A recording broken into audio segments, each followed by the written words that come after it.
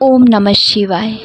देवों के देव महादेव त्रिलोकीनाथ भोलेनाथ भगवान शिव को नमन करते हुए हम आरंभ करते हैं शिव पुराण की अद्भुत और पवित्र कथा।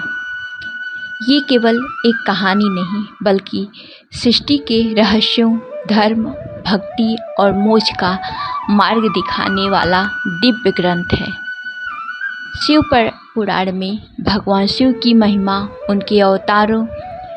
आज हम जानेंगे कि सृष्टि की रचना कैसे हुई और भगवान शिव के दिव्य प्रकट कैसे हुए। सृष्टि पहले से क्या था? जब न पृथ्वी थी, न आकाश था, न सूर्य था, न चंद्रमा था, न दिन था, न रात था, चारों ओर केवल अंधकार ही अंधकार था। उस समय न कोई देवता थे, न मनुष्य थे, न पशु पक्षी थे और न ही कोई लोक था। केवल एक परम शक्तिमान विद्यमान थे। वह शक्ति निराकार, अनंत और सर्वव्यापी थी। वही आदि और अंत से परे थी। वही परम शक्ति भगवान सदाशिव थे। भगवान सदाशिव अपनी दिव्य शक्ति आदि शक्ति के साथ अनंत काल से विद्यमान थे। जब सृष्टि का निर्माण का समय आया तब सदाशिव ने अपनी इच्छा से ब्रह्मांड की रचना का संकल्प लिया। भगवान विष्णु का प्रकट होना। सृष्टि की रचना के लिए भगवान शिव ने अपनी शक्ति से एक दिव्य पुरुष को उत्पन्न किया। यह पुरुष अत्यंत तेजस्वी, शांत और दिव्य था। भगवान शिव ने उनसे कहा, बस तुम सृष्टि के पालनकर्ता बनो। उस दिव्य पुरुष ने भगवान को प्रणाम किया। यही दिव्य पुरुष भगवान विष्णु कहलाए। भगवान विष्णु ने हजारों वर्षों तक तपस्या की। उनकी तपस्या से उत्पन्न दिव्य ऊर्जा से जल प्रकट हुआ और पूरा ब्रह्मांड जलमय हो गया।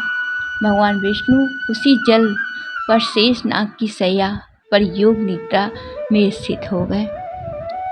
ब्रह्मा जी की उत्पत्ति। कुछ समय पश्चात भगवान विष्णु के नाभि से एक दिव्य कमल प्रकट हुए। उस कमल पे 4 मुखों वाले एक दिव्य पुरुष प्रकट हुए। यही ब्रह्मा जी थे। ब्रह्मा जी ने चारों ओर देखा लेकिन उन्हें कुछ समझ नहीं आया। वे सोचने लगे, मैं कौन हूँ? मुझे किसने बनाया है? उन्होंने कमल के डंठल के सहारे उसके मूल तक पहुंचने का प्रयास किया लेकिन वे सफल नहीं हुए। तब उन्होंने वर्षों तक तपस्या की। तपस्या के बाद उन्हें भगवान विष्णु के दर्शन हुए। ब्रह्मा और विष्णु का विवाद। भगवान विष्णु को देखकर ब्रह्मा जी ने पूछा, आप कौन हैं? भगवान विष्णु ने उत्तर दिया, मैं इस ब्रह्मांड का पालन करता हूँ। ये सुनकर ब्रह्मा जी बोले, नहीं, मैं सृष्टि करता हूँ, इसलिए मैं सबसे श्रेष्ठ हूँ। धीरे धीरे ये चर्चा विवाद में बदल गई। दोनों स्वयं को श्रेष्ठ सिद्ध करने लगे। उनका विवाद इतना बढ़ गया कि पूरे ब्रह्मांड में अशांति फैल गई। अनंत ज्योतिर्लिंग का प्रकट। तभी अचानक उनके बीच एक अद्भुत प्रकाश स्तंभ प्रकट हुआ। उसका तेज करोड़ों सूर्यों से भी अधिक था। वो प्रकाश ऊपर आकाश से भी आगे और नीचे पाताल से भी नीचे तक जा रहा था। उसका आदि और अंत दिखाई नहीं दे रहा था। ब्रह्मा और विष्णु आश्चर्यचकित रह गए। उन्होंने एक दिव्य दृश्य पहले कभी नहीं देखा था। दोनों ने निश्चय किया, इस प्रकाश के स्तंभ और अंत खोज लेगा, वही श्रेष्ठ कहलाएगा। विष्णु का वराह रूप लेकर भगवान विष्णु ने धारण किया और वे इस दिव्य स्तंभ को निचला सिरा खोजने के लिए पाताल लोक की ओर चले गए। वे हजारों वर्षों तक खोजते रहे लेकिन वह प्रकाश का स्तंभ का अंत मिला ही नहीं। अतः उन्होंने स्वीकार कर लिया कि उसका अंत नहीं पा रहे हैं। ब्रह्मा जी हंस का रूप उधर ब्रह्मा ने हंस का रूप धारण किया। वे स्तंभ का ऊपरी भाग खोजने आकाश की ओर चढ़ पड़े। हजारों वर्षों तक प्रयास करने के बाद उनको अंत नहीं मिला, लेकिन अपने अहंकार के कारण उन्होंने सत्य को स्वीकार नहीं किया। केतकी पुष्प की गवाही। जब ब्रह्मा जी लौट रहे थे तब उन्हें केतकी पुष्प दिखाई दिया। वो पुष्प एक दिव्य स्तंभ से नीचे गिर रहा था। ब्रह्मा जी ने उससे कहा, तुम मेरे साथ चलकर ये गवाही दो कि मैं इस स्तंभ के शीर्ष तक पहुंच गया था।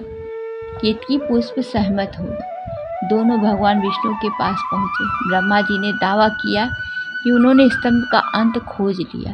केतकी पुष्प ने भी उस बात का समर्थन किया। तभी उस अनंत ज्योति स्तंभ से एक दिव्य पुरुष प्रकट हुए। उनके पंचमुख थे। जटाओं में गंगा विराजमान थी। मस्तक पर अर्धचंद्र सुशोभित थे। गले में सर्पों की माला थी। उनका शरीर भस्म से अलंकृत था। वे स्वयं भगवान महादेव थे। भगवान शिव के प्रकट होते ही समस्त दिशाएं ओम नमः शिवाय के नाद से गूंज उठा। ब्रह्मा और विष्णु तुरंत उनके चरणों में नतमस्तक हो गए। अब अहंकार का अंत हुआ। भगवान शिव ने कहा, हे ब्रह्मा, हे विष्णु, यह ज्योति मेरा ही स्वरूप है। इसका ना आदि है और ना अंत। भगवान विष्णु ने विनम्रता से अपनी भूल को स्वीकार कर लिया। लेकिन ब्रह्मा जी के असत्य बोलने से भगवान शिव अप्रसन्न हुए। उन्होंने कहा, अहंकार और सत्य का मार्ग कभी कल्याणकारी नहीं होता। महादेव ने ब्रह्मा जी को श्राप दिया कि पृथ्वी पर उनकी पूजा कम होगी। केतकी पुष्प को भी शिव पूजा में निषेध माना गया है, क्योंकि उन्हें भी श्राप मिला। त्रिदेवों की स्थापना। इसके बाद भगवान शिव ने ब्रह्मा जी को सृष्टि के निर्माण का कार्य सौंपा। भगवान विष्णु को सृष्टि के पालन का दायित्व दिया और स्वयं संहार तथा पुनर्निर्माण का कार्य अपने हाथ में रखा। इस प्रकार ब्रह्मा, विष्णु और महेश के रूप में त्रिदेवों की स्थापना हुई। अहंकार चाहे देवताओं में ही क्यों न आ जाए, उसका परिणाम अच्छा नहीं होता। सत्य, विनम्रता और भक्ति ही ईश्वर तक पहुंचने का मार्ग है। भगवान विष्णु ने सत्य को स्वीकार किया, इसलिए उन्हें महादेव का आशीर्वाद मिला, जबकि असत्य और अहंकार ने ब्रह्मा जी को श्राप दिलाया। तो भक्तों, यही शिव पुराण का प्रथम भाग था, जिसमें आपने जाना कि सृष्टि की उत्पत्ति कैसे हुई और भगवान शिव अनंत ज्योतिर्लिंग के रूप में कैसे प्रकट हुए। ओम नमः शिवाय।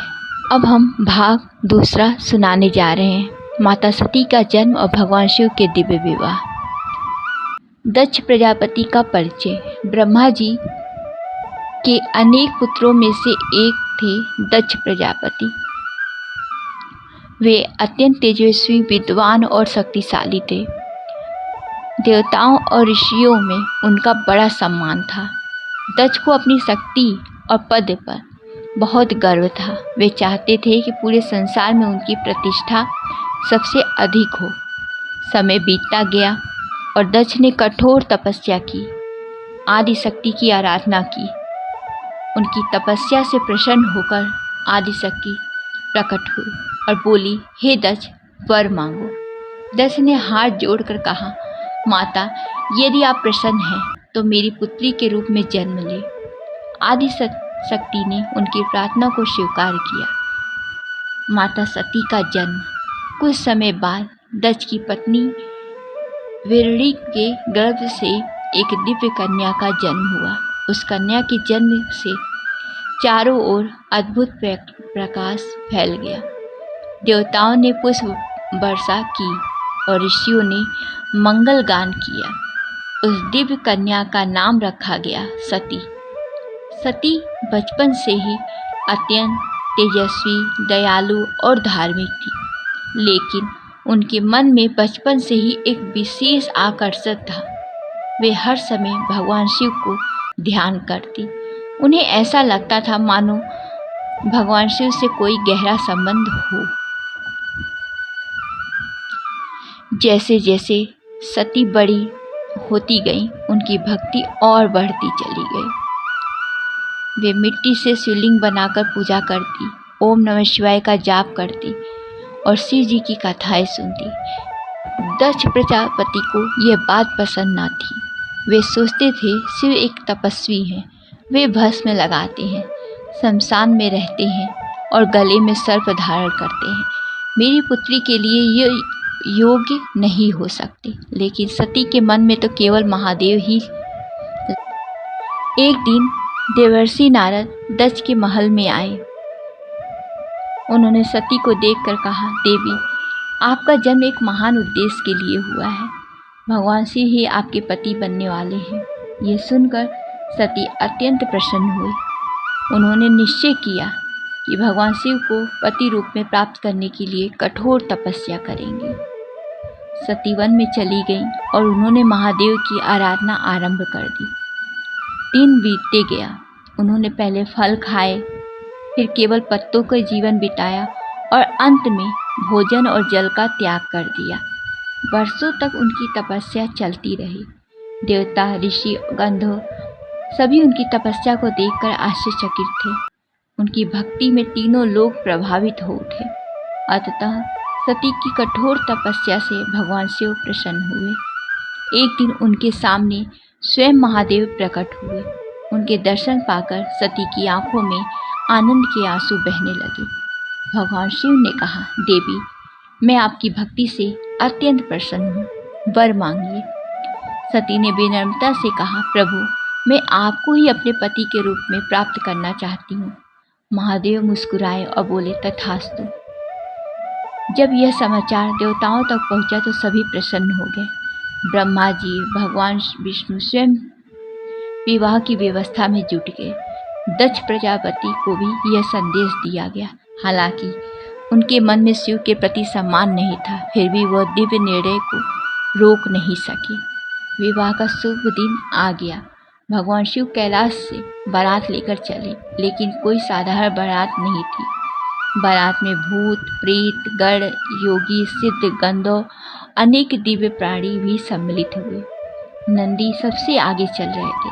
देवताओं के साथ साथ शिवगण भी नृत्य कर रहे थे। जब दक्ष ने यह विचित्र बारात देखी तो वह चकित रह गए। कुछ लोग तो भयभीत भी हो गए। तब देवताओं ने प्रार्थना की, प्रभु, कृपया अपना दिव्य स्वरूप धारण कीजिए। भगवान शिव ने तुरंत अत्यंत सुंदर और तेजस्वी रूप धारण कर लिया। उनका तेज और सूर्य के समान चमक रहा था। उन्हें देखकर सभी मोहित हो गए। दक्ष भी कुछ क्षणों के लिए उनकी दिव्यता देखकर आश्चर्यचकित रह गए। ऋषियों और देवताओं की उपस्थिति में वैदिक मंत्रों के साथ विवाह संपन्न हुआ। ब्रह्मा जी ने यज्ञ कराया। भगवान विष्णु ने विवाह में संपूर्ण भूमिका निभाई। देवताओं ने पुष्प वर्षा की। संपूर्ण ब्रह्मांड हर हर महादेव की जय घोष कर रहा था। इस प्रकार आदि शक्ति और भगवान शिव का दिव्य विवाह संपन्न हुआ। विवाह के बाद माता सती भगवान शिव के साथ कैलाश पर्वत चली गई।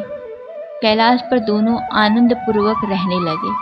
समस्त देवता इस दिव्य युगल को प्रणाम करते थे, लेकिन दक्ष प्रजापति के मन में अहंकार अभी समाप्त नहीं हुआ था। यही अहंकार आगे चलकर एक भयंकर घटना का कारण बनने वाला था। सच्ची भक्ति और दृढ़ संकल्प से भगवान शिव भी प्रसन्न हुए। माता सती ने वर्षों तक तपस्या की, अंततः महादेव को पति के रूप में प्राप्त किया। ये कथा हमें सिखाती है, श्रद्धा, धैर्य और समर्पण ही असंभव कार्य को संभव कर सकते हैं। समय बीतता गया। दक्ष प्रजापति का प्रभाव और प्रतिष्ठा बढ़ती गई। एक बार देवताओं और ऋषियों का एक विशाल सभा आयोजित किया गया। उस सभा में ब्रह्मा, विष्णु, इंद्र, अनेक महर्षि उपस्थित थे। जब दक्ष सभा में पहुंचे तो सभी ने उनके सम्मान में खड़े हो गए, लेकिन भगवान शिव अपने स्थान पर शांत बैठे रहे। शिव के मन में ना तो अहंकार था, ना ही किसी का अपमान करने का भाव। वे सभी में एक ही परमात्मा का स्वरूप देखते थे, परंतु दक्ष ने इसे अपना अपमान समझ लिया। उनके मन में क्रोध भर गया। दक्ष सोचने लगे, शिव मेरे दामाद हैं, फिर भी उन्होंने मेरे सम्मान में खड़ा होना उचित नहीं समझा। उस दिन उनके मन में भगवान शिव के प्रति द्वेष और भी बढ़ गया। वे अवसर की प्रतीक्षा करने लगे और किसी प्रकार शिव का अपमान कर सके। कुछ समय बाद दक्ष ने एक अत्यंत भव्य यज्ञ का निर्णय किया। उन्होंने देवताओं, ऋषियों, गंधर्वों और राजाओं को आमंत्रित किया, लेकिन जानबूझकर भगवान शिव और माता सती को निमंत्रण नहीं भेजा। दक्ष चाहते थे कि पूरे संसार के सामने शिव का अपमान हो। एक दिन माता सती ने आकाश में अनेक देवताओं को एक ही दिशा में जाते देख उन्होंने कारण पूछा। तब ज्ञात हुआ कि उनके पिता दक्ष एक विशाल यज्ञ का आयोजन कर रहे हैं। सती को आश्चर्य हुआ कि उन्होंने निमंत्रण क्यों नहीं दिया। उन्होंने भगवान शिव से कहा, प्रभु मेरे पिता के यहाँ इतना बड़ा यज्ञ हो रहा है, मैं वहाँ जाना चाहती हूँ। भगवान शिव सब कुछ जानते थे। उन्होंने शांत स्वर में कहा, देवी जहाँ सम्मान न हो वहाँ जाना उचित नहीं होता। दक्ष के मन में मेरे प्रति द्वेष है। मुझे आशंका है कि वो तुम्हारा भी सम्मान नहीं होगा। लेकिन सती का हृदय पुत्री धर्म से बंधा हुआ था। उन्होंने कहा, प्रभु पुत्री को अपने पिता के घर जाने के लिए निमंत्रण की आवश्यकता नहीं होती। भगवान शिव ने उन्हें रोकने का प्रयास किया। उन्होंने अपने कुछ ही गणों के साथ सती के साथ भेज दिया। माता सती जब यज्ञ स्थल पर पहुंची तो अधिकांश लोगों ने उनका सम्मान किया, लेकिन दक्ष ने उनकी ओर देखा तक नहीं। अपनी पुत्री के आने पर उनके चेहरे पर प्रसन्नता नहीं थी। सती को यह देखकर बहुत दुख हुआ। उन्होंने देखा कि यज्ञ में सभी देवता भाग लिए, लेकिन भगवान शिव का कोई स्थान ही नहीं है। माता सती ने अपने पिता से पूछा, पिताश्री आपने समस्त देवता को आमंत्रित किया, लेकिन भगवान शिव को क्यों नहीं बुलाया? दक्ष क्रोधित होकर बोले, शिव किसी के सम्मान के योग नहीं है। वे भस्म लगाते हैं, शमशान में रहते हैं, भूत प्रेतों के साथ घूमते हैं। मैं उन्हें देवता नहीं मानता। ये सुनकर सती का हृदय टूट गया। सती समझ गई कि उनके पिता का अहंकार उन्हें सत्य देखने नहीं दे रहा है। उन्होंने कहा, आज आप जिनका अपमान कर रहे हैं वे स्वयं महादेव हैं। वे देवों के देव हैं, संपूर्ण सृष्टि के स्वामी हैं। लेकिन दक्ष ने उनकी एक न सुनी। वे लगातार भगवान शिव का अपमान करते रहे। अब माता सती के लिए यह अपमान सहना असंभव हो गया था। उन्होंने सभा में उपस्थित सभी लोगों को संबोधित करते हुए कहा, जिस शरीर को मैंने दक्ष की पुत्री के रूप में प्राप्त किया है, आज मैं उसका त्याग करती हूँ। ऐसे पिता की पुत्री कहलाने मेरे लिए असहनीय है, जो मेरे आराध्य का अपमान करता है। यह कहकर माता सती ने ध्यान में बैठ गई। उन्होंने अपने योग बल से अग्नि उत्पन्न की और कुछ ही क्षणों में उनका शरीर दिव्य अग्नि बनकर विलीन हो गया। माता सती के आत्मत्याग से पूरे यज्ञ स्थल हाहाकार मच गया। देवता स्तंभ रह गए, ऋषि मुनि दुखी से भर उठे। दक्ष भी कुछ समय के लिए भयभीत हो गए, लेकिन उनका अहंकार अभी समाप्त नहीं हुआ था। जब यह समाचार कैलाश पर पहुंचा तो भगवान शिव अत्यंत दुखी हुए। उनकी आंखों में करुणा और क्रोध दोनों था। उन्होंने अपनी जटाजूट से एक जटा उखाड़कर पृथ्वी पर पटक दी। उस जटा से एक भयंकर योद्धा उत्पन्न हुआ। उसका नाम था वीरभद्र। उसके साथ भयंकर गणों की सेना भी प्रकट हुई। भगवान शिव ने वीरभद्र को आदेश दिया, जाओ दक्ष के यज्ञ का विनाश कर दो। अहंकार और अधर्म को उसके परिणाम का अनुभव होने दो। वीरभद्र ने सिर झुकाकर आदेश स्वीकार किया और अपनी विशाल सेना के साथ यज्ञ स्थल की ओर प्रस्थान किया। अहंकार मनुष्य के विवेक को नष्ट कर देता है। दक्ष ने अपने घमंड के कारण भगवान शिव का अपमान किया और अपनी ही पुत्री को खो दिया। ये कथा हमें सिखाती है, सम्मान, विनम्रता और धर्म का मार्ग ही कल्याण का मार्ग है। भगवान शिव के आदेश पर वीरभद्र अपनी विशाल सेना के साथ दक्ष के यज्ञ की ओर बढ़े। उनके साथ हजारों शिवगण, भैरव, प्रेत, पिशाच और गण उपस्थित थे। उनकी गर्जना से दिशाएं कांप उठी, पृथ्वी हिलने लगी और आकाश में अशुभ संकेत दिखाई देने लगे। यज्ञ स्थल पर उपस्थित देवताओं और ऋषियों ने ये भयंकर दृश्य देखकर भयभीत हो गए।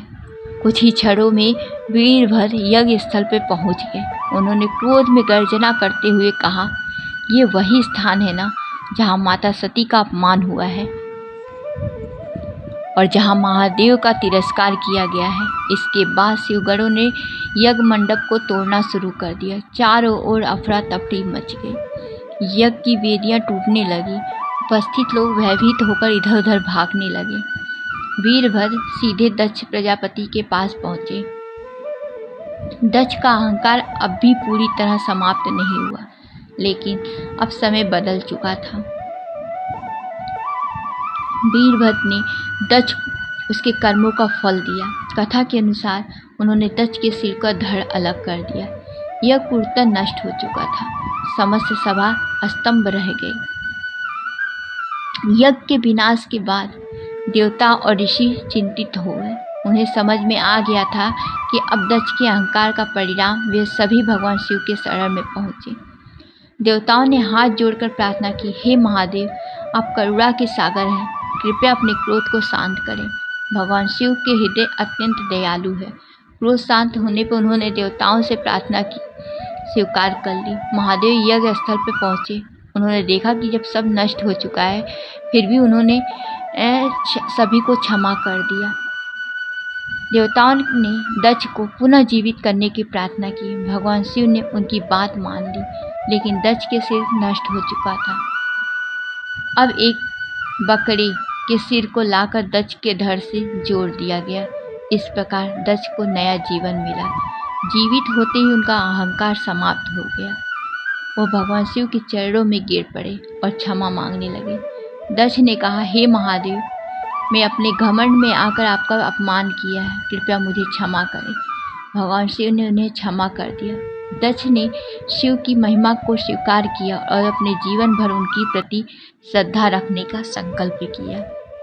यद्यपि दक्ष के तो क्षमा मिल गई, लेकिन माता सती अब इस संसार में नहीं थी। उनके वियोग से भगवान शिव अत्यंत दुखी थे। वे सती के जले हुए शरीर को अपने कंधे पर उठाकर चल पड़े। उनका दुख इतना गहरा था कि पूरा ब्रह्मांड भी शोक में डूब गया। भगवान शिव सती के शरीर को लेकर पूरे ब्रह्मांड में घूमने लगे। उनका शोक धीरे धीरे महातांडव में बदल गया। जब महादेव तांडव करने लगे, तब पृथ्वी कांप उठी, पर्वत हिलने लगे, समुद्र उफान मारने लगे। देवताओं को भी भय हुआ कि यह तांडव जारी रहा तो सृष्टि का संतुलन बिगड़ जाएगा। देवता भगवान के पास पहुँचे। उन्होंने विनती की, प्रभु, किसी प्रकार सृष्टि को बचाइए। तब भगवान विष्णु ने अपना दिव्य सुदर्शन चक्र चलाया। उन्होंने अत्यंत श्रद्धा के साथ माता सती के शरीर के अनेक भाग कर दिए। जहाँ जहाँ सती के अंग गिरे, वहाँ वहाँ पवित्र शक्तिपीठों की स्थापना हुई। भारत और आसपास के अनेक क्षेत्रों में स्थित शक्तिपीठ माता शक्ति के महान तीर्थ बन गए। आज भी करोड़ों भक्त इन शक्तिपीठों के दर्शन करने जाते हैं। इन स्थानों को देवी का दिव्य शक्ति का केंद्र माना गया है।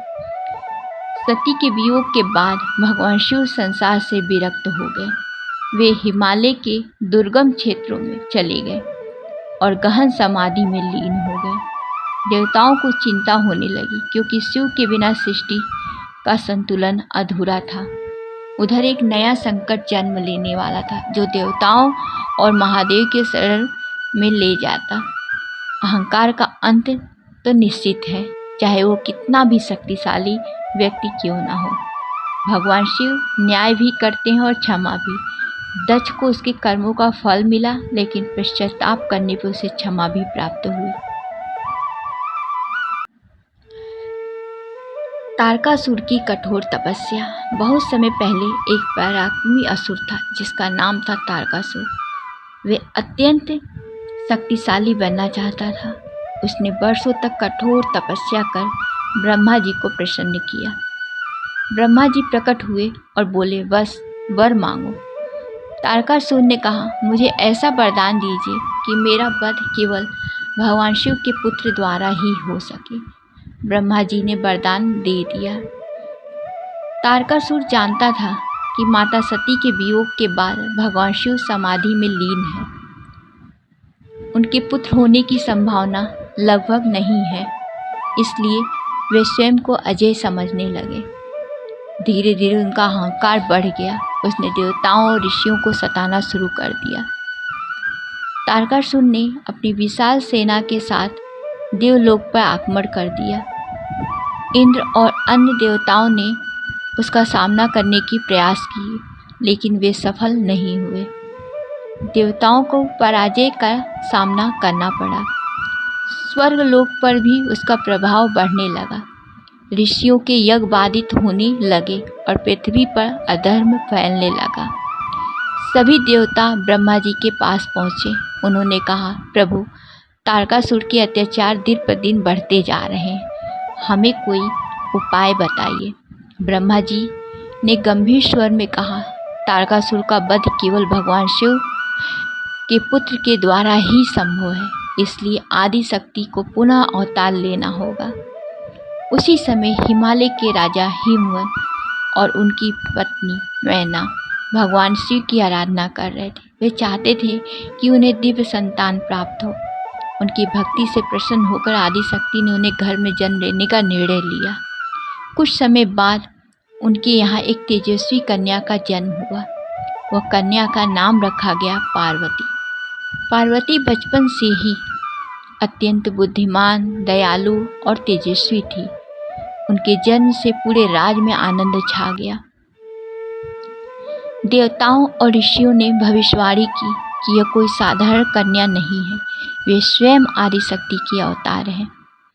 नारद जी की भविष्यवाणी। एक दिन देवर्षि नारद ने हिमवान के महल में पहुंचे। उन्होंने पार्वती की हस्तरेखा और दिव्य लक्षण देखकर कहा, ये कन्या भविष्य में भगवान शिव की अर्धांगिनी बनी। ये सुनकर हिमवान और मैना अत्यंत प्रसन्न हुए, लेकिन पार्वती के मन में जैसे पहले जैसे भगवान शिव के प्रति अद्भुत श्रद्धा थी। जैसे जैसे पार्वती बड़ी हुई, उनका मन महादेव की भक्ति में लगने लगा। उधर भगवान शिव हिमालय की एक गुफा में गहन समाधि में लीन थे। पार्वती प्रतिदिन वहां जाकर उनकी सेवा करती, उन्हें फूल अर्पित करती, उस स्थान को स्वच्छ कर रखती और मन मन में महादेव का स्मरण करती। देवताओं ने सोचा, यदि भगवान शिव पार्वती से विवाह हो जाए तो उनके पुत्र द्वारा तारकासुर का अंत हो जाएगा। लेकिन समस्या ये थी, भगवान शिव गहरी समाधि में थे और संसार से पूरी तरह विरक्त हो चुके थे। उन्हें संसार की किसी भी वस्तु से अब कोई रुचि नहीं थी। देवताओं ने एक योजना बनाई। उन्होंने कामदेव को बुलाया।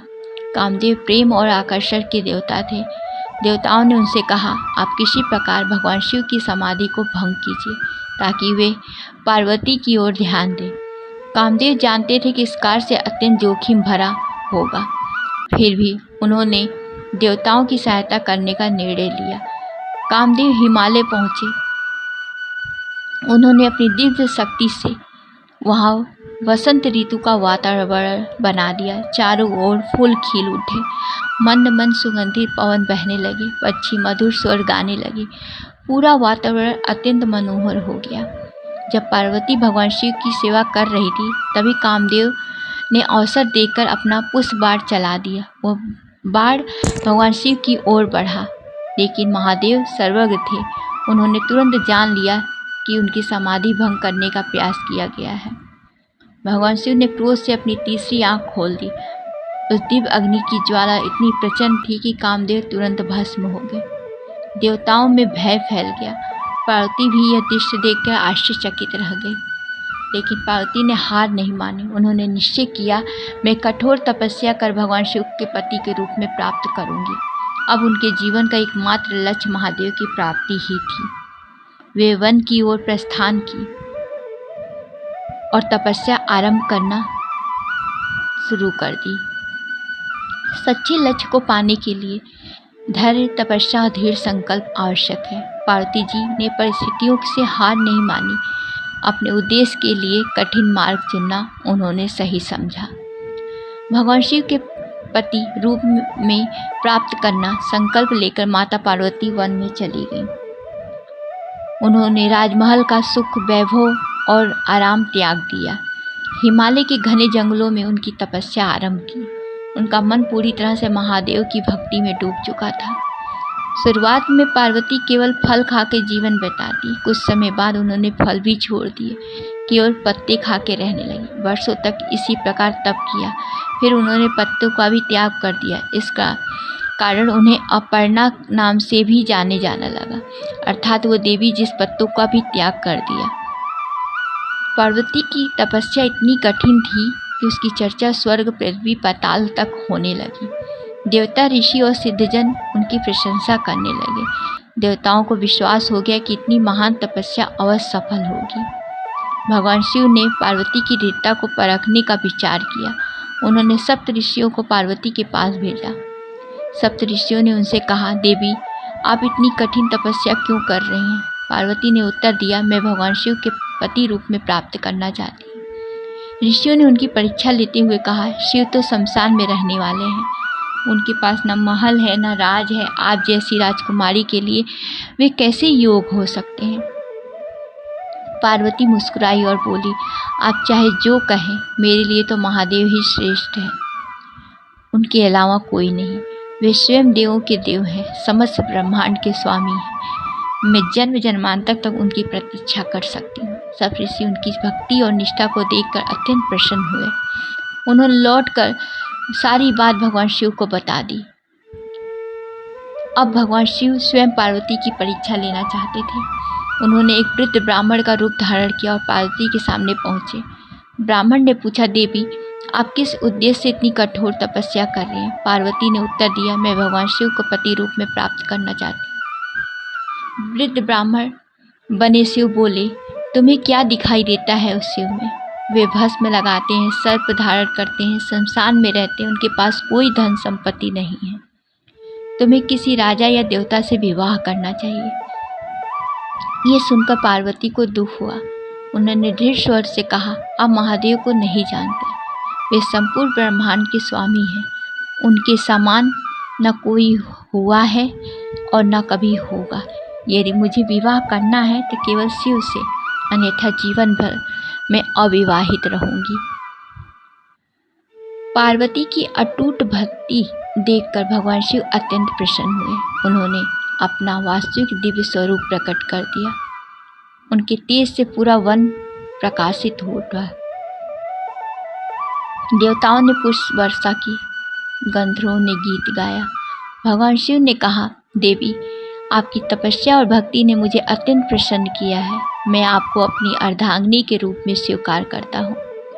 यह सुनकर पार्वती की वर्षों की तपस्या सफल हुई। उन्होंने श्रद्धा से महादेव को प्रणाम किया। ये सब समाचार हिमवन के महल में पहुंचा तो पूरे राज में उत्सव मनाया गया। देवताओं और ऋषियों को विवाह में निमंत्रण भेजा गया। स्वर्गलोक में भी आनंद का लहर दौड़ गया। देवता जानते थे कि विवाह केवल दिव्य आत्माओं का मिलन नहीं, पूरे ब्रह्मांड के कल्याण का मार्ग है, क्योंकि भविष्य में इसी मिलन से जन्म लेने वाले पुत्र तारकासुर का वध होने वाला है। सच्चा प्रेम और भक्ति कभी व्यर्थ नहीं जाता। पार्वती जी ने कठिन तपस्या की, लेकिन अपने लक्ष्य से विचलित नहीं हुई। दृढ़ निश्चय ही श्रद्धा को अतः सफलता दिलाती ही है। जब हिमवान और माता मैना को ज्ञात हुआ कि भगवान शिव विवाह के लिए तैयार हो गए हैं, तो उनके आनंद का ठिकाना नहीं रहा। पूरे हिमालय राज को सजाया गया। महलों को फूलों और दीपों से सजाया गया। ऋषि मुनि, देवताओं और राजाओं को निमंत्रण भेजे गए। चारों ओर उत्सव का वातावरण बन गया। उधर कैलाश पर्वत पर भी विवाह की तैयारियां शुरू हो गई। भगवान शिव ने अपने सभी गरुड़ों को विवाह में सम्मिलित होने का आदेश दिया। नंदी, भैरव, वीरभद्र, भूत, प्रेत, पिशाच, योगी, सिद्ध, गंधर्व सभी तैयार होने लगे। यह बारात संसार की सबसे अनोखी बारात होने वाली थी। विवाह का शुभ दिन आया। भगवान शिव नंदी पर सवार होकर बारात लेकर निकले। उनके शरीर पर भस्म लगी हुई थी, गलों में सर्पों की माला थी, जटाओं में गंगा विराजमान थी और मस्तक पर अर्धचंद्र सुशोभित था। उनके पीछे शिवगण नृत्य करते हुए चले गए। किसी का रूप अत्यंत विचित्र था, कोई हंस रहा था, कोई गा रहा था, कोई ऊंची आवाज में जयकार कर रहा था। जब हिमवान महल के लोगों ने यह बारात देखी तो वे सब घबरा गए। माता मैना यह दृश्य देखकर अत्यंत चिंतित हो गई। उन्होंने सोचा, क्या मेरी सुंदर पुत्री का विवाह वास्तव में इस योगी से होगा? उन्हें शिवगणों का रूप देखकर भय लगने लगा। देवताओं ने स्थिति को समझ लिया। उन्होंने भगवान शिव से प्रार्थना की, हे महादेव, कृपया आप दिव्य और सुंदर स्वरूप धारण कीजिए, जिससे सभी आपकी वास्तविक तेज को देख सके। भगवान शिव मुस्कुराए। क्षण भर में महादेव ने अपना अद्भुत स्वरूप प्रकट किया। उनका तेज करोड़ों सूर्यों के समान चमकने लगा। दिव्य आभूषणों से अलंकृत उनका स्वरूप इतना सुंदर था कि सभी लोग मंत्रमुग्ध हो गए। माता मैना की सारी चिंताएं दूर हो गई। उन्होंने श्रद्धा से भगवान शिव को प्रणाम किया। विवाह के लिए एक भव्य मंडप बनाया गया। देवता, ऋषि, गंधर्व और अप्सराएं वहां उपस्थित थी। चारों ओर वेद मंत्रों की ध्वनि गूंज रही थी। ब्रह्मा जी, विष्णु जी, अन्य देवता भी इस दिव्य विवाह के साक्षी बने। माता पार्वती को विवाह मंडप पे लाया गया। वे दिव्य आभूषणों और वस्त्रों से अलंकृत थी। भगवान शिव और माता पार्वती ने एक दूसरे से वरमाला पहनाई। इसके बाद वैदिक रीति रिवाजों से विवाह संपन्न हुआ। अग्नि को साक्षी मानकर दोनों 7 फेरे लिए। संपूर्ण ब्रह्मांड हर हर महादेव के जयघोष से गूंज उठा। विवाह के बाद देवताओं ने पुष्प वर्षा की, गंधर्वों ने मधुर गीत गाए, अप्सराओं ने नृत्य किए। स्वर्ग और पृथ्वी दोनों लोकों में आनंद छा गया। देवता जानते थे कि यह विवाह भविष्य में धर्म की रक्षा का कारण बनेगा। विवाह के बाद भगवान शिव और माता पार्वती कैलाश पर्वत के लिए रवाना हुए। हिमवान और माता मैना भावुक होकर अपनी पुत्री को विदा की। कैलाश पर्वत पर पहुंचकर दोनों ने नया जीवन आरंभ किया। कैलाश अब और भी अधिक पवित्र और दिव्य हो गया। देवता प्रसन्न थे क्योंकि उन्हें आशा थी कि भगवान शिव पार्वती का पुत्र रूप में दिव्य शक्ति अवतरित होगा जो तारकासुर का अंत करेगा। लेकिन उससे पहले कैलाश पर कई अद्भुत घटनाएं होने लगी। बाहरी रूप से देखकर किसी को मूल्यांकन नहीं करना चाहिए। जो शिव के बाहर एक साधारण योगी दिखाई देता है, वे वास्तव में संपूर्ण ब्रह्मांड के स्वामी हैं। सच्ची महानता बाहरी वैभव में नहीं बल्कि गुणों की दिव्यता में होती है, जो भगवान शिव में है।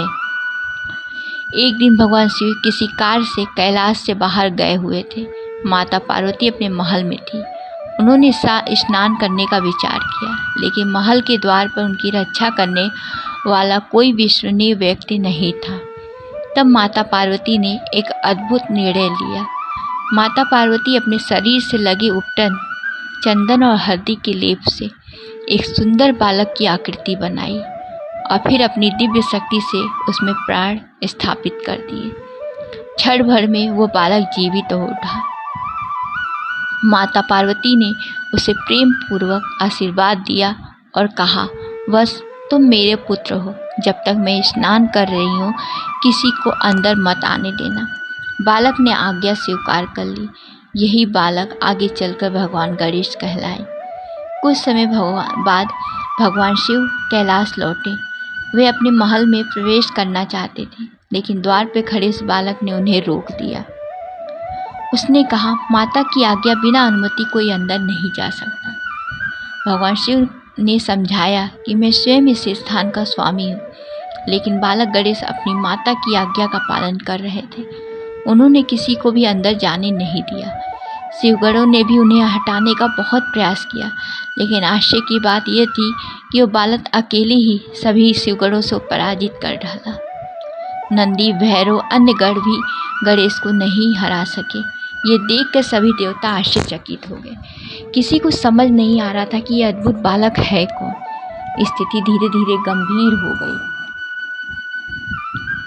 भगवान शिव ने स्वयं युद्ध करने का निर्णय लिया। गणेश जी ने पूरी वीरता से लड़े, लेकिन अंततः भगवान शिव ने अपने त्रिशूल से उनका सिर धड़ से अलग कर दिया।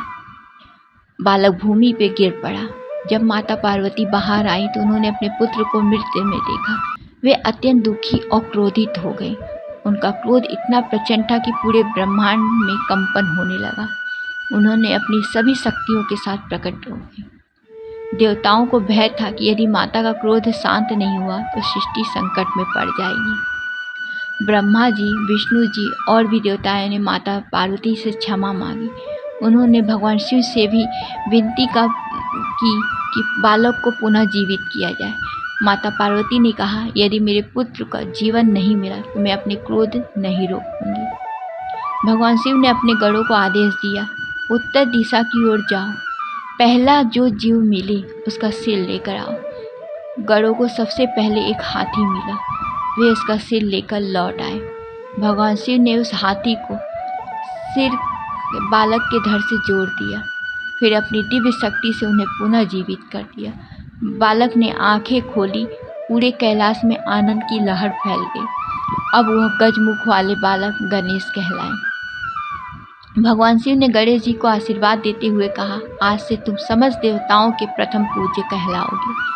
किसी भी शुभ कार्य, यज्ञ, पूजा, मांगलिक कार्य से पहले तुम्हारी पूजा की जाएगी। देवताओं ने भी गणेश जी को प्रणाम किया। भगवान शिव ने उन्हें समस्त गणों के अधिपति बना दिया। इसी कारण उनका नाम गणपति और गणेश पड़ा। वे बुद्धि, विवेक, ज्ञान और सफलता के देवता माने गए। समय के साथ गणेश जी समस्त लोकों में पूजित होने लगे। भक्त किसी भी नए कार्य की शुरुआत उनके आशीर्वाद लेकर ही करती है। उनकी कृपा से विघ्न दूर होते हैं और उनकी सफलता प्राप्त होती है। इसी कारण उन्हें विघ्नहर्ता भी कहते हैं। माता पिता की आज्ञा पालन करना, कर्तव्य निष्ठा और समर्पण व्यक्ति को महान बनाता है। गणेश जी ने अपनी माता की आज्ञा का पालन करते हुए अद्भुत साहस और निष्ठा दिखाई। इसी कारण वे प्रथम पूज्य बने। तारकासुर अपने वरदान के कारण अत्यंत शक्तिशाली हो चुका था। उसने अनेक युद्धों में देवताओं को पराजित कर दिया। स्वर्गलोक में भय का वातावरण बन गया। ऋषियों यज्ञ बाधित किए जाने लगे। धर्म कमजोर पड़ता जा रहा था। देवता भगवान शिव से सहायता की प्रार्थना कर रहे थे। ब्रह्मा जी ने देवताओं से कहा, चिंता मत करो, समय आने पर भगवान शिव के एक तेजस्वी पुत्र का जन्म होगा और वही तारकासुर का अंत करेगा। देवताओं ने धैर्य रखा और वो दिव्य क्षण की प्रतीक्षा करने लगे। एक समय भगवान शिव दिव्य तेज से एक अद्भुत शक्ति प्रकट हुई। वह तेज साधारण प्राणी धारण नहीं कर सकते। देवताओं ने उसकी रक्षा के लिए उचित स्थान तक पहुंचाने का प्रयास किया। कथा के विभिन्न रूपों में इसका वर्णन अलग अलग मिलता है, लेकिन अंततः उसी दिव्य शक्ति से एक तेजस्वी बालक प्रकट हुआ। उस बालक का पालन पोषण 6 कृतियां देवियों ने किया था। उन सभी ने उसे अपने पुत्र की तरह स्नेह दिया। कहा जाता है उनके प्रेम से बालक ने 6 मुख धारण किए ताकि वे सभी माताओं को एक साथ स्नेह स्वीकार कर सके। इसी कारण कार्तिकों को खरानन कहलाए। कार्तिकेय के बचपन से ही असाधारण थे। उनकी बुद्धि, शक्ति और साहस देखकर सभी देवता आश्चर्यचकित हो जाते थे। उन्होंने कम आयु में ही शस्त्र और युद्ध कला में महारत प्राप्त कर ली। उनका तेज सूर्य के समान था। जब कार्तिकेय युवा हुए तब देवताओं ने अपनी सेनापति नियुक्त किया गया। देवताओं ने कहा, हे कुमार, अब धर्म की रक्षा का समय आ गया है। कार्तिकेय ने देवताओं की रक्षा का संकल्प लिया। उन्हें दिव्य अस्त्र शस्त्र प्रदान किए। तारकासुर को भी समाचार मिल गया कि भगवान शिव का पुत्र अब युद्ध के लिए तैयार है। उसने अपनी विशाल असुर सेना को एकत्र कर लिया। धरती और आकाश युद्ध की तैयारी से गूंज उठा। देवताओं ने असुरों के बीच भयंकर युद्ध होने लगा। युद्ध कई दिनों तक चलता रहा। असंख्य योद्धा रणभूमि में लड़े। तारकासुर अत्यंत शक्तिशाली था। उसका सामना करना आसान नहीं था, लेकिन कार्तिकेय अद्भुत पराक्रम दिखा रहे थे। उनकी वीरता देख के देवताओं का उत्साह बढ़ गया। अतः वह क्षण आया जब कार्तिकेय और तारकासुर आमने सामने आए। दोनों के बीच भीषण युद्ध हुआ। आकाश उनके अस्त्रों की चमक से प्रकाशित हो उठा। तारकासुर ने अपनी पूरी शक्ति लगा दी, लेकिन कार्तिकेय के दिव्य पराक्रम के सामने वह टिक नहीं सका। कार्तिकेय ने अपने दिव्य अस्त्र से तारकासुर का प्रहार कर दिया। वह प्रहार इतना शक्तिशाली था कि तारकासुर पराजित हो गया। इस प्रकार उसके अत्याचारों का अंत हुआ। देवताओं ने राहत की सांस ली। धर्म की पुनः स्थापना हुई। तारकासुर के वध के बाद स्वर्गलोक में उत्सव मनाया गया। देवताओं ने पुष्प वर्षा की, गंधर्वों ने फिर से गीत गाए, ऋषियों ने कार्तिकेय की महिमा का गुणगान किया। सभी ने भगवान शिव और माता पार्वती को प्रणाम किया। कार्तिकेय केवल एक महान योद्धा ही नहीं थे, बल्कि ज्ञान, साहस और अनुशासन के प्रतीक भी माने जाते थे। भारत के अनेक भागों में उनकी पूजा विशेष श्रद्धा के साथ की जाती है। वे देव सेना के सेनापति और धर्म रक्षक के रूप में प्रसिद्ध हैं। धर्म की रक्षा के लिए साहस, अनुशासन और कर्तव्य निष्ठा आवश्यक है। कार्तिकेय जी ने सिखाया कि शक्ति का उपयोग सदैव धर्म और न्याय की रक्षा के लिए ही किया जाता है। एक दिन कैलाश पर्वत पर भगवान शिव और माता पार्वती विराजमान थे। उनके दोनों पुत्र भगवान गणेश और भगवान कार्तिकेय भी उपस्थित थे। देवता और ऋषि भी उस सभा में आए हुए थे। तभी एक प्रश्न उठा, दोनों पुत्रों में पहले विवाह किसका होगा? भगवान शिव मुस्कुराए और दोनों पुत्रों की ओर देखने लगे। भगवान शिव ने कहा, जो पहले संपूर्ण पृथ्वी की परिक्रमा करके वापस आएगा, उसका विवाह पहले होगा। कार्तिकेय और गणेश दोनों ने ये चुनौती स्वीकार कर ली। भगवान कार्तिकेय वाहन मोर में वे अत्यंत तेज और पराक्रमी थे। उन्होंने तुरंत अपने मोर पर सवार होकर पृथ्वी की परिक्रमा के लिए प्रस्थान कर दिया। वे पर्वतों, जंगलों, नदियों और महासागरों को पार करते हुए तेज गति से आगे बढ़ने लगे। उधर भगवान गणेश अपनी वाहन मूषक को देखकर सोचने लगे, मूषक की गति मोर की तुलना में बहुत धीमी है। यदि वे समान तरीके से भी यात्रा करते हैं तो कार्तिकेय निश्चित रूप से पहले लौट आते हैं।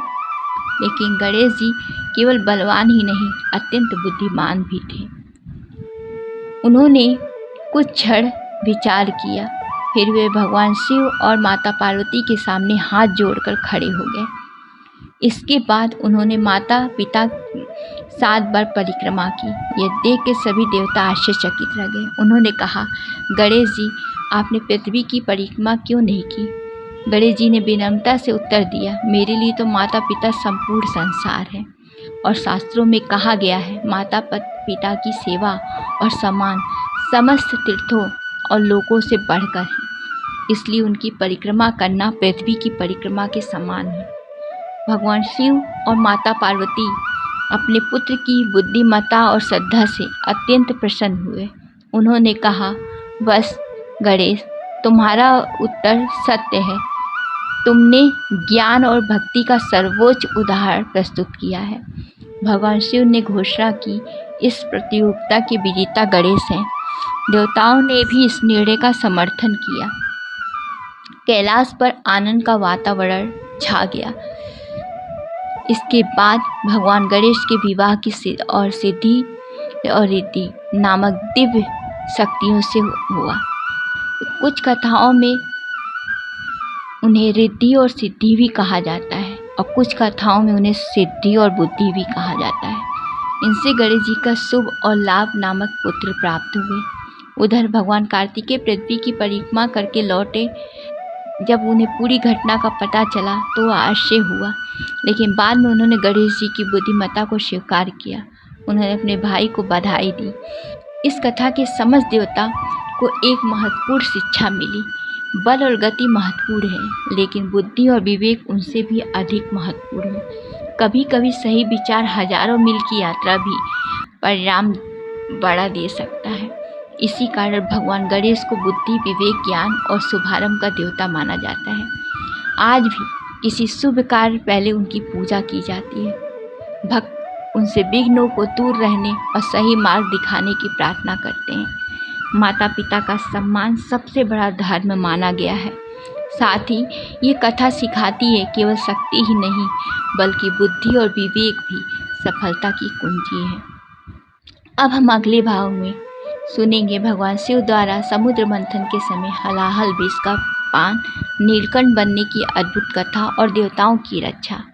हर हर महादेव। अगली कहानी हम आपको कल फिर सुनाएंगे शिव महापुराण की संपूर्ण कथा के साथ।